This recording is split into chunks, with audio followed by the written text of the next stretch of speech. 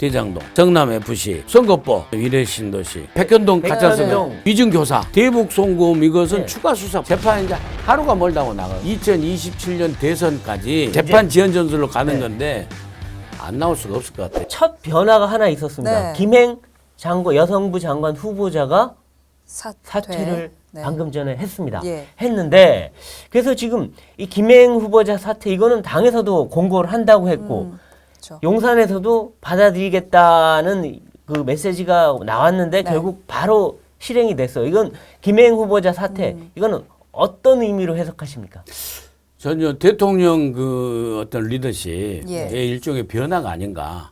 저는 그렇게 봅니다. 그래서 일테면은 윤석열 대통령께서 정말 열심히 일을 하고 국민들에서 설득하고 하는 그런 측면이 있었습니다만은 또 한편에는 이상하게 이제 민주당의 아주 그 지독한 그런 악마화라고 할까요? 그런 게 있었기 때문에 윤석열 대통령이 너무 버틴다. 너무 일방적이다. 막 이런 그 평가가 일부 있었지 않습니까? 그렇게 민주당이 이제 주도한 것이긴 하지만은 그런 측면에서 윤석열 대통령께서 이제 국민의 목소리를 듣고 문제가 있는 부분을 이렇게 물러날 줄도 아는 이런 유연성 있는 리더십을 보여주는 그런 출발점이 아닌가. 그래서 형식은 김행 후보자께서 그 자진 사퇴하는 형식으로 했습니다만은 결국에는 이제 의중이 실린 게 아닌가. 저는 그렇게 그 해석을 합니다.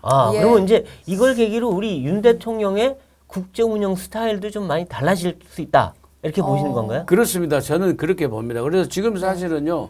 윤석열 대통령께서 워낙 언론 환경도 안 좋고 그렇기 때문에 본인께서 이제 답답하고 상당히 그 이제 뭐랄까 힘들고 외로우셨다고 할까요? 아무튼 그런 그게 많이 감지가 됐는데 그럼에도 불구하고 진짜로 열린 걸 오히려 본연의 그 국민과 소통하고 아주 유연성 있게 하는 그런 태도 변화로 조금씩 가시지 않을까. 그러면서 그렇죠. 일부 이제 그런 얘기도 하셨다고 제가 사석에서 좀 들었습니다.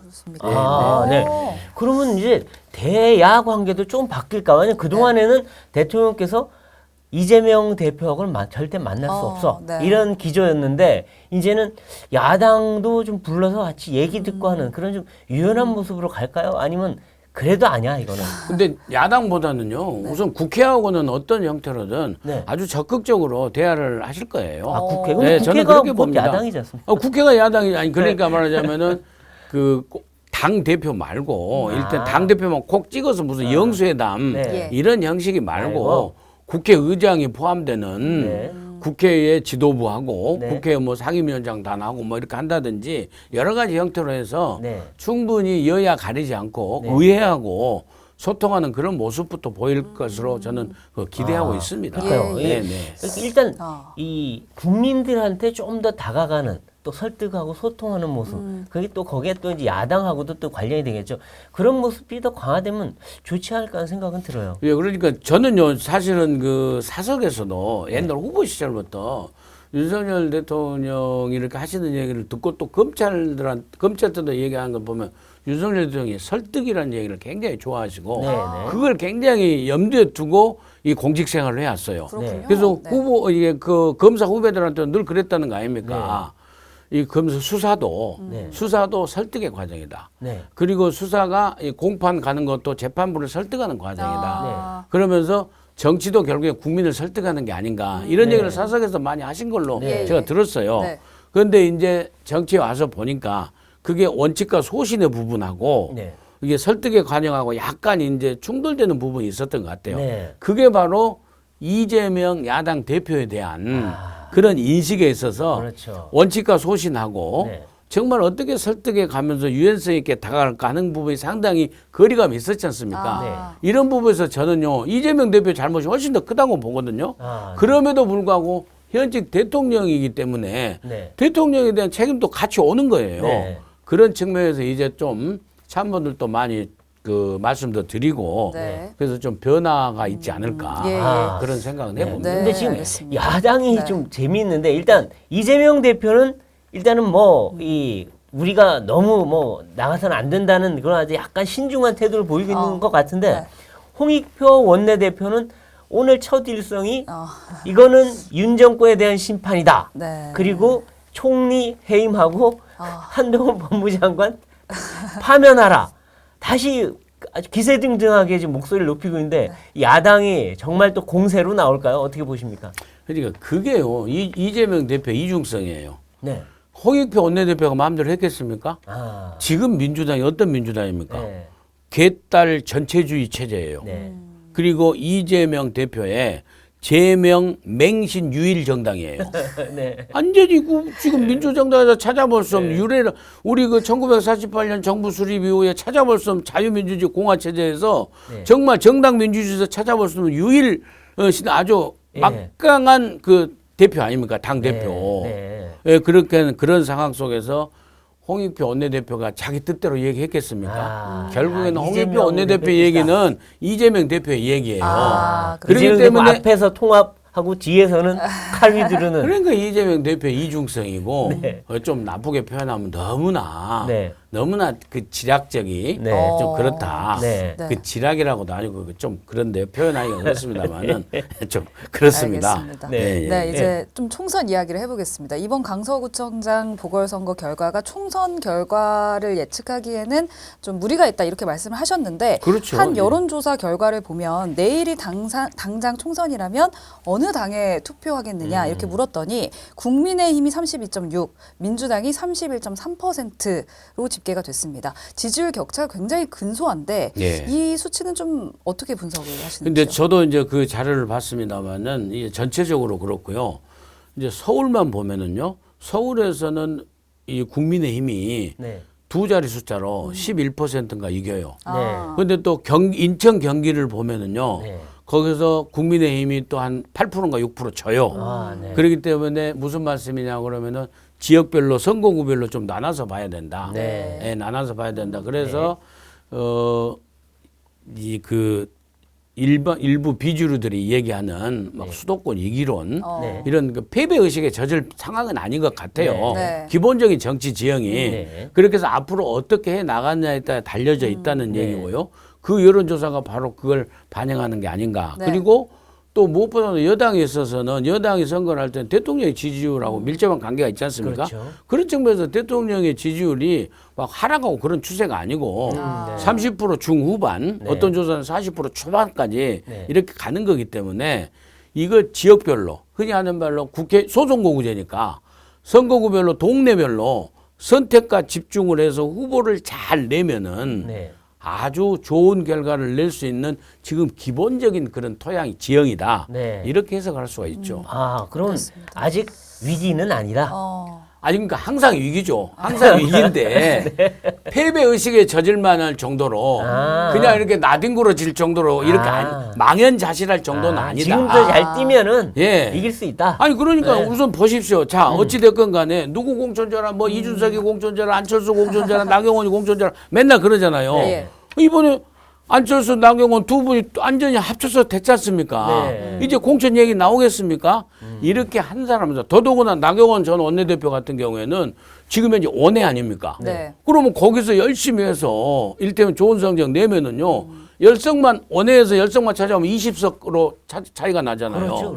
그리고 수도권 121군데 중에서 한 3, 40석만 선택과 집중으로 해가지고 다시 찾아온다고 생각하면은요.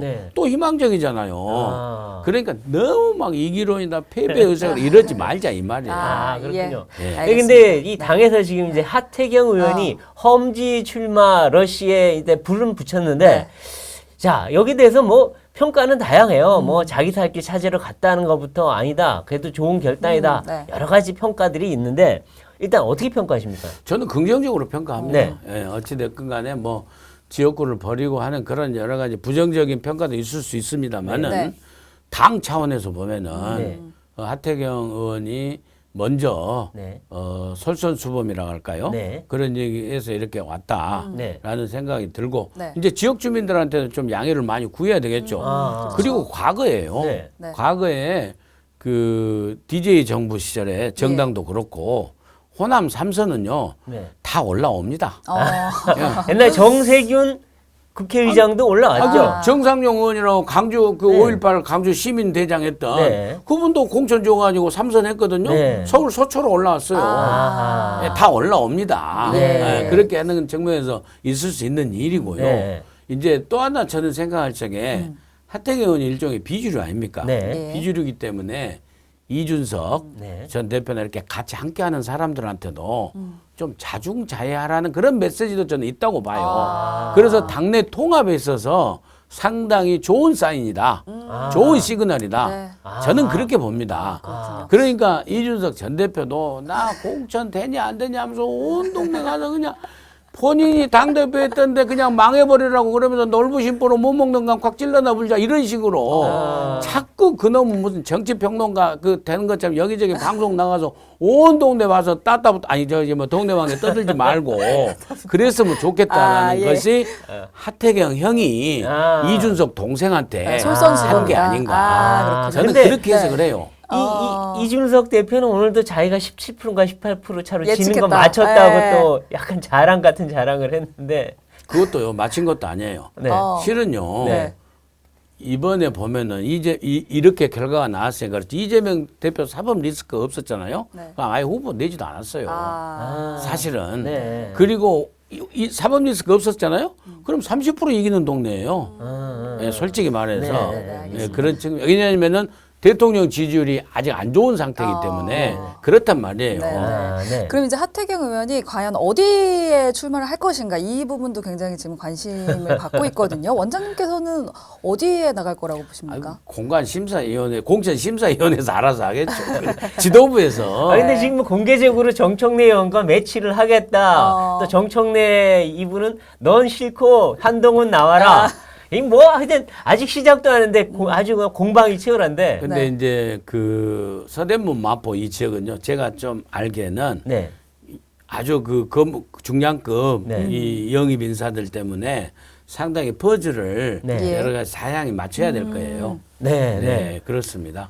그러면 마포 을에 나가는 건 아니다. 아니 이제 여러 군데 또 있을 수가 있죠. 저는 그렇게 마포라고 확 지금 현재 이렇게 못 박을 상황은 아니다. 그건 아직 아니다. 그렇게 저는 조심스럽게 말씀. 제가 네, 알고 네. 있는 한. 네, 근데 그러면 이제 제2, 제3의 하태경이 나올 것인가? 왜냐면 이 릴레이라는 게 한번 그렇죠. 시작이 돼야지 사람들이 눈에 확 띄는데 혼자 하고 말면 그 별로 효과가 없거든요. 어떻게 보십니까? 그리고요. 네. 또 하태경 의원뿐만이 아니라 원내에서 그렇지 사실은 국방위원장까지 지냈던 김영우 네. 전 의원 있지 않습니까? 네, 네. 그런 분도 동대문 갑에 네. 한번 해보겠다 원내 지역에 네. 지금에서 거기에 또 다른 그 행정관 출신도 있거든요. 네. 그렇게 해서 경선하겠다라고 해서 당내 경선부터 오는 지역들도 있다니까요. 아. 예, 그런 측면들이 있고 근데 우선 이제 영남 지역의 재선 3선급의 네. 중량급의 의원이 얘기를 하면은 이제 폭발력이 있지 않습니까? 그렇죠. 예, 폭발력이 있기 때문에 릴레이가 있으리라고 저는 있었으면 좋겠다고 기대합니다. 아직 들으신 건 없습니까? 그럼 민주당에도 이게 영향이 미칠지 또 이 부분도 관심이 네. 지금 모여지고 있는데 이제 수도권 승리를 위해서는 이재명 대표가 분당에라도 이제 가야 한다 이런 말도 좀 나오고 있는데 민주당에는 어떤 좀 움직임이 있을까요? 제가 이제 그 얘기를 다 해버리면 민주당이 그렇게 해버리면은 우리 당이 좀 불리하니까 말씀하는데 근데 이재명 대표가 당연히 그래야죠. 이재명 민주당이 대표가 분당 갈 이길 뿐이에요? 그러니까 민주당이 이기려면은 네. 당연히 이재명 대표가 네. 저기 개항에서 빠져나와야죠. 아. 그렇지 않습니까? 근데 저는 아니 그 자신이 시장으로 있던 거기서 도망가서 절로 갔던 분이 다시 돌아올까? 그러니까 연합니까? 빠져나와야 민주당이 살고 네. 그다음에 비명계들에 대해서 그 박해 공천을 없이 네. 다 뭐 조홍천 뭐 이런 사람들 다 공천 주고 본인은 개항에서 빠져나오고 네. 이러면서 오히려 좀 더 영향력 있는 좋은 분을 선대위원장으로 네. 그렇게 해서 좀 이제 공천 되거나 선거 치를 수도 이렇게 하면은 민주당이 엄청나게 폭발력을 가질 거예요. 글쎄요. 근데 다행히도 제가 얘기하건데 네. 이재명 대표가 안 그럴 사람이라 이재명 대표가 분당에 와서 안철수 대표 현 대표랑 싸울 수 있을까? 아주 절대 저는 절대 그럴 사람이 가능성이 아니다. 희망하다고 봅니다. 왜냐하면요 이 방탄 배지가 계속 필요하거든요. 떼이는 순간 큰일 나죠. 그럼요. 이거 없는 순간 떼이면 바로 잡혀가죠. 예, 바로. 예, 바로 아, 그래서 절대 분당으로 가는 일은 없을 없을 것이다. 그러니까요 우스갯소리로 네. 그 정치권 저희들 네. 공장에서 네. 그런 얘기 하지 않습니까? 원숭이는 나무에서 떨어져도 원숭이다. 네. 근데 국회의원은 떨어지면은 사람도 아니다. 그런다는 거 아닙니까? 아, 그러니까 그렇군요. 이재명 대표 본인이 네. 이 방탄 배지의 위력을 아. 엄청 실감했을 거 아닙니까? 네. 그 계산해가지고 저기까지 왔고 여기까지 왔고. 야, 그러니까 그 그런데 개항에 나오게- 쌓아놓은 그 방탄에 예. 거기서 빠져나오지 않는다. 절대 방탄 기지에서. 예. 아, 저는 그렇게 그렇군요. 아, 저희 국민들 입장에서는 재미로라도 한번 이재명 대 안철수 대 이재명 한판 붙어보면 빅매치 되죠. 정말 재밌을 것 같아요. 정말 빅매치 되죠. 그리고 뭐 일테면은 뭐 한동훈, 네. 한동훈하고 뭐 조국하고 뭐 관악에서 붙은다든지. 아. 일테면은 네. 아니면은 뭐 한동훈하고 뭐 누구하고 종로에서 붙는다든지. 아, 네. 이런 빅매치가 오면 좋죠. 아, 근데 그러네. 너희들이 하려고 하겠어요. 네. 그러니까 이재명 대표가 한동훈 장관이 그렇게 그 믿고 그러면 한판 붙자 나와 씨 해가지고 종로든 중구든 어디든 한번 한판 중립적인 데도 한판 붙어보자 이렇게 할 수도 있는데 그럴 뿐이 아니라는 거죠. 이게 정치는 현실이니까. 예, 아, 현실이다. 예, 예.